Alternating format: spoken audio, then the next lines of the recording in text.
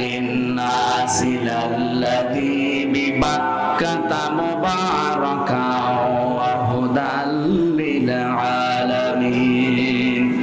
এই পৃথিবীর সর্বপ্রথম ঘর যেটা, তার নাম বলেন।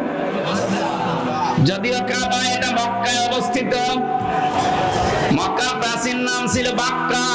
আল্লাহ কোরআনে কারিমে মক্কাও দিয়েছেন, বাক্কাও দিয়েছেন। এই বাক্কায় সর্বপ্রথম যে ঘরটা, দুইটা কোয়ালিটি ঘরের। এক নম্বরে মুবারাকান, এটা বরকতময়। পৃথিবীর কত জায়গায় তো যাই, কত জায়গা দেখি একটা কালো গ্লাভ দিয়ে মোড়ানো আছে, আমার মনে হয় সব মায়া আল্লাহ ওর ভেতরে দিয়ে দিয়েছে। অন্তত যারা বোঝে, উপলব্ধি করে মুবারাকান শব্দটা, ওই আলেমগুলো যখন কাবার দিকে তাকায়, আমার মনে হয় অধিকাংশ আলেমের চোখ দিয়ে অঝরে পানি পড়ে। কত জিনিস তো তারা দুনিয়ায় দেখেছে, কিন্তু এর মতো সৌন্দর্য আমার আল্লাহ পৃথিবীতে আর কিছু দেয়নি। এবার রমজানে আমার বাবা মা, আমি আর আমার ওই যে মেয়েটা নিয়ে যেতে পারি নাই মাওয়াকে, আমরা যাবো এবার উমরায়। বাবা মাকে বলবো, আপনারা মুরব্বী মানুষ, রাত দিন সময় পেলেই কাবা শরীফের দিকে তাকিয়ে থাকবেন। পৃথিবীর একটা জায়গা যেখানে তাকিয়ে থাকলে গুনাহ মাফ হয়ে যায়। বাড়ি যে কালকে বলবেন সুবহানাল্লাহ। যারা যেতে পারেন না, মনের ভেতরে আফসোস আকাঙ্ক্ষা তৈরি করেন, আল্লাহ রাব্বুল আলামিন মরণের আগে অন্তত কাবা দেখার তৌফিক দিও। এত মোবারক বরকতময় করে দিয়েছেন আল্লাহ। বারবার যারা কাবায় যাবে, নবীজি বলেন তাদের অভাব অনটন আল্লাহ দূর করে দেবে। এখানে সময় পেলে টাকা দিয়ে আপনি ব্যাংককে, হংকংয়ে, থাইল্যান্ডে, কানাডায় না যে বেশি টাকা খরচ হয় না, অল্প কিছু টাকা দিয়ে কাবা শরীফটা দেখে আসবেন, আপনার জীবনের অভাব অনটন আল্লাহ দূর করবে।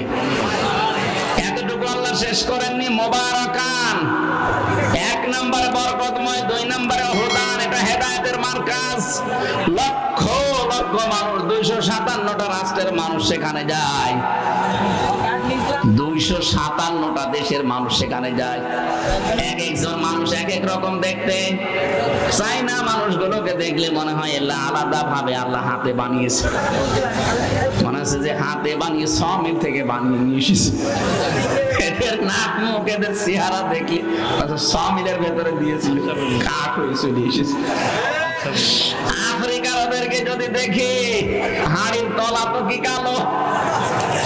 আমি 16 সালে যখন গিয়েছিলাম, ওই সময় ওই যে হাজরে আসওয়াদ যে পাথর, সোমা খেতে পারছিলাম না, এত চেষ্টা করার পর কাছে যাই কষ্ট কষ্ট করে, এমন এক ধাক্কা খায় 4-5 হাত দূরে। চিন্তা করলাম দেখি কি করা যায়, দেখি একেবারে মোষ আসতেছে, কালো, সেই রকম উঁচা লম্বা মোটা। ওই মহিলারে বললাম যে আমি ওই পর্যন্ত যেতে চাই, তার ভাষা বোঝে না, আমারে বলছে যে এই জায়গায় চেপে ধরে রাখ। এইরকম মোটা মোটা একটা দেনা, আমার চাইতে প্রায় হাত খানিক লম্বা, সেই রকম মোটা, ধরলাম হাত চেপে। গোয়ারের মতো, গোয়ার যেভাবে যায়, ওর হাতে মুখে কারো কিছু লাগলে মনে হবে ছিঁড়ে যাবে, মানুষ আগে সাইড দিচ্ছে। আমার এই যে কাছে ফেলে দিয়ে বলছে এবার নিয়ে মাথা ঢোকা।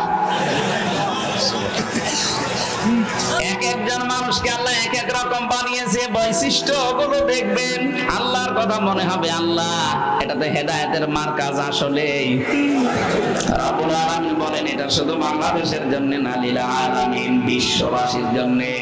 আমান দাখালাহু কানা আমিনা। এই কাবায় কেউ যদি আসে, আল্লাহ তাকে নিরাপত্তা দিয়ে দেয়। কি দেয়? আরো জোরে বলেন। এই কথাটা বলার জন্য আমি এই পর্যন্ত আসলাম। আল্লাহ বলেন কাবা শরীফ এমন ভাবে আমি বানিয়েছি, এটা পৃথিবীর প্রথম ঘর। এখানে হেদায়েত আছে, এখানে রহমত আছে, এখানে বরকত আছে, এটা নিরাপত্তা দিয়েছে, ফেলা আছে। অথচ কাবার এরিয়া পার হলেই দেখবেন চুরি হয়, ডাকাতি হয়, ছিনতাই হয়, কিন্তু কাবার এরিয়ার ভেতরে কোনো ছিনতাই নেই। কথা বলেন না কেন? কারণ এই জায়গাটা নিরাপত্তা দিয়েছেন কে? আরে বাংলাদেশ কি কাবা শরীফ? বলেন না কেন? এটা কাবা থেকে 6000 কিলোমিটার দূরে। তাহলে বাংলার 56,000 বর্গ মাইল যদি আমরা নিরাপত্তা দিতে চাই, মাস্ট বি কাবা শরীফ যেগুলো থেকে মুক্ত, বাংলাদেশে বাংলাদেশের 56,000 বর্গ মাইল, ওইটা থেকে মুক্ত করা লাগবে।